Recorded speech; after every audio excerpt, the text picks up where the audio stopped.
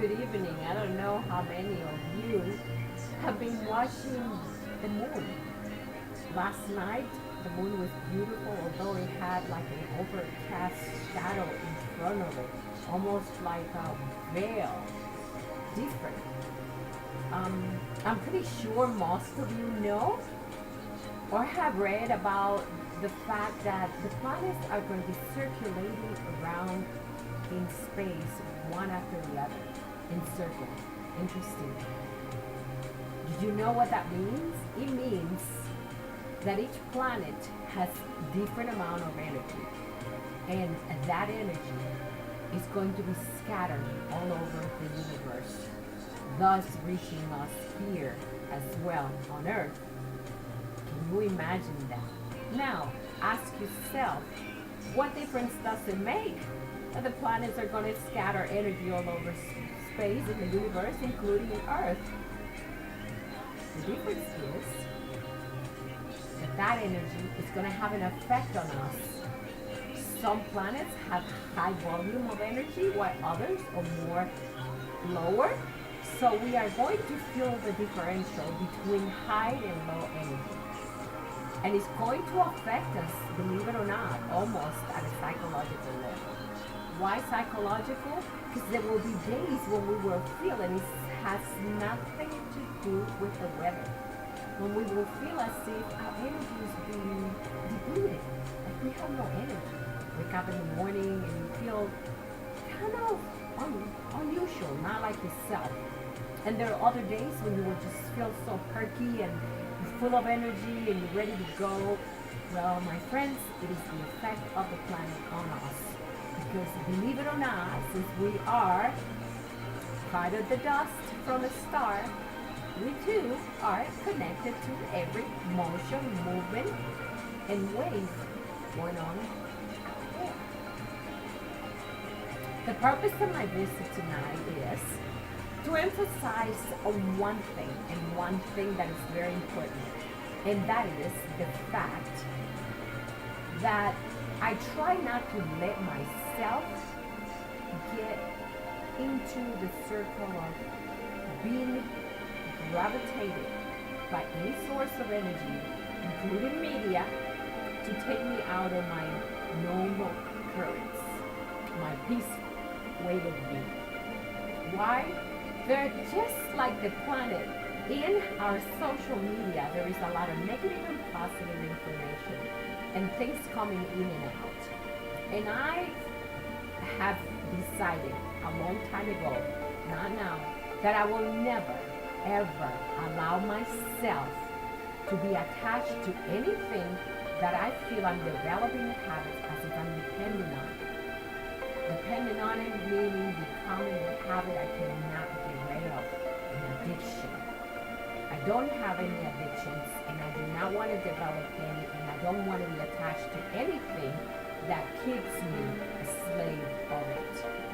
And I oftentimes get that feeling from Facebook because I like to interact, post my videos. So I decided to myself pull bedrock right from underneath on my own. Meaning I cut the cord. I have to cut for now. I recently heard Dr. Joe Dispenza speak about the fact of the body, the mind, our emotions, and how our neurons in our brain connect to the feeling on our heart and how we behave, our habits, which is related to habits as addiction. But in the sense of fear. What is fear? What is fear? Is fear a limitation? Is fear a fact that we have a sense that we are not enough? Some people say, which that word I don't even like it. I don't care for the fact that we're not enough. If people thought that we're not enough, they wouldn't even initiate anything in life whatsoever. It's not the fact that fear that we're not enough. It is the fact that when we feel that we're not enough, it's an inbreed paradigm that is being subconsciously learned from either our parents our siblings, our friends, and our spouses or loved one. Why? When somebody says to you, you cannot do this, or they intimidate you in a certain way, or they try to use some sort of control or force over you, that as a child, you begin to feel a sense of helplessness.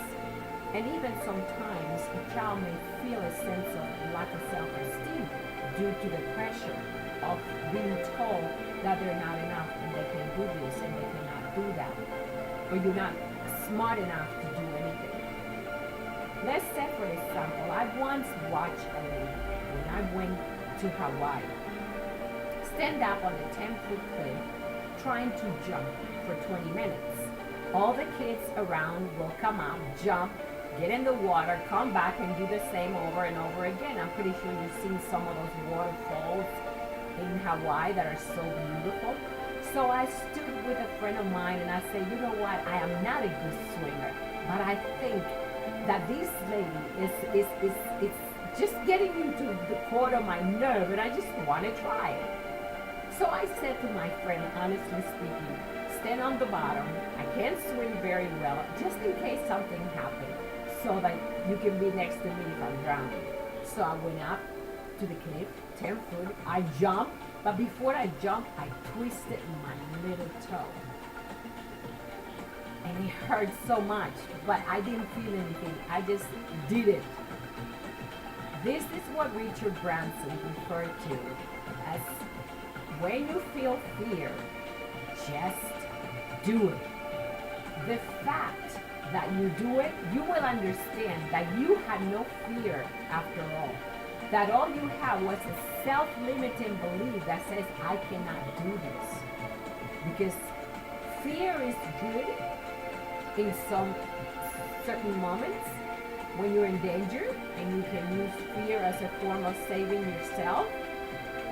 And fear, when you use it as a habit, is unhealthy because you cannot move forward. You limit yourself, you compare yourself with other people, you judging yourself, and you don't realize that the moment you do that with your fear, there is nothing to fear, like they said, but fear itself.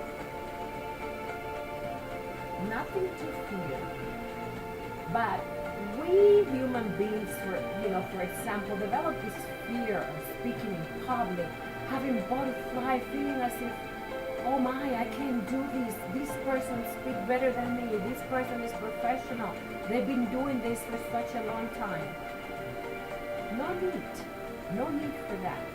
We are all individuals, and each one of us, like they say, have our own story to tell.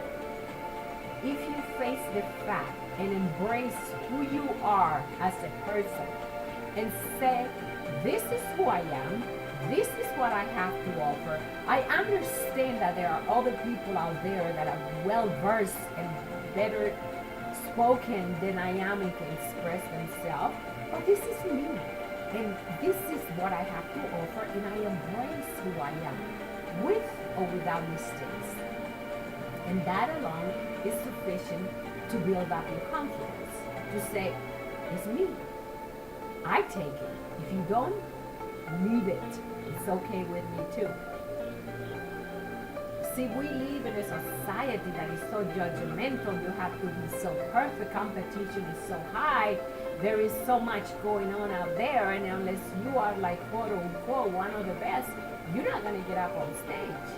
Who cares? Sometimes it's not about getting up on stage. Sometimes, my friend, it is about relating the proper message. Whether you do it with zest, charisma, or not. It's what you say that makes a difference, that can help somebody else, that can improve yourself, because you're not doing it just for others. When you stand in front of people, you're doing it for you as well. Your conversation, your confidence, your expression, your knowledge is not so much about others. It is about you who are improving yourself in the process of expressing yourself as you are, so that in essence others can learn from what you're saying. I think it is true, as Dr. Joe Dispenza said, that when we feel those feelings, it's nothing but our subconscious mind telling our body to feel that way.